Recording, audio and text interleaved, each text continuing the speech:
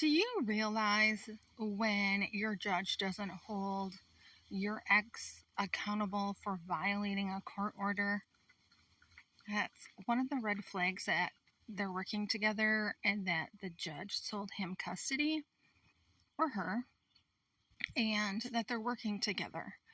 Another thing, if you've had a personal protection order in your case and they just kind of ignore it, like, oh, it's done with, and, almost like it never happened. That's another red flag, that they sold him custody.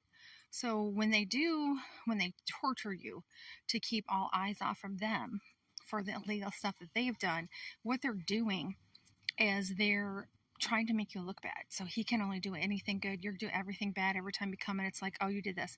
I've literally been in court and watched a case where, let me see. So the kid ran away and the mom didn't return the kid, and they went to court, and the judge is like, why didn't you return that kid? Give that dad back custody of the kid, right? The next time I'm in court, a couple weeks later, because I was always in court, there's almost the exact same case. Dad had custody, the kid ran away to mom returned the kid. You know what the judge said? Why would you return the kid back to that dad? It's just like, wait a second, like 2 weeks ago, you just said like the exact opposite. So I learned it does not matter what you do or how you do it. You're damned if you do, you're damned if you don't. Just do whatever it is you think is right in your hearts of hearts, because that's all you can really do, because family court's a shit show. And they're selling custody, and they'll do everything they can to make you look like the bad person because they sold the other person custody.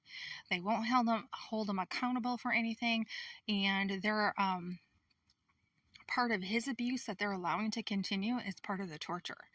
So they sell him custody, and then they're pretty much kind of working with him, and everybody's kind of working together.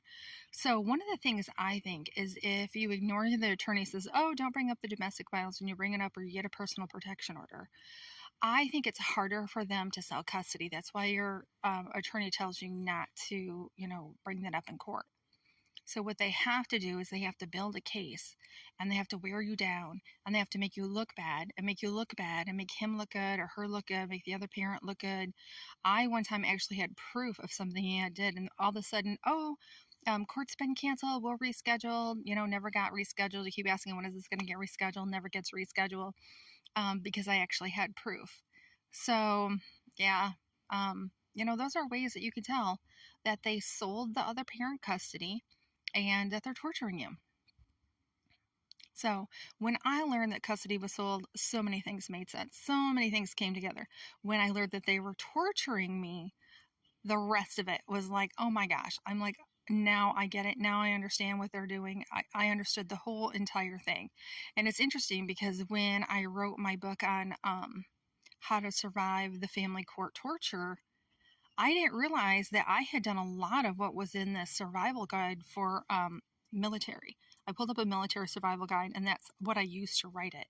And so what I did was I took what I did, plus some of my knowledge after being 15 years in mental health, and put some of that in it, and used this manual to create my ebook. So pretty interesting stuff. And people keep talking about Darvo and coercive control. And, I don't even want to listen to them anymore, because they're so far behind the bar right now. It's about torture. There's an institution that's talking about judicial torture. And believe it or not, I'm from Michigan. Michigan and California are looking at charging domestic violence under the torture. So it's interesting because torture is a Class A felony, and it's a lifetime in prison. So they're trying to put these dads who are domestic violence in prison for life. So, maybe that'll change the whole thing that's happening, because women don't want to date men anymore. And maybe if men realize, like, oh my gosh, they're going to, put me, in jail for life. Maybe I don't want to be torturing my children's mother, or this woman that I'm dating, or whatever. But anyways, yeah, I was just wanting to come on here and see if you guys realize that those things are part of the torture, and how they're torturing you because they sold your ex custody.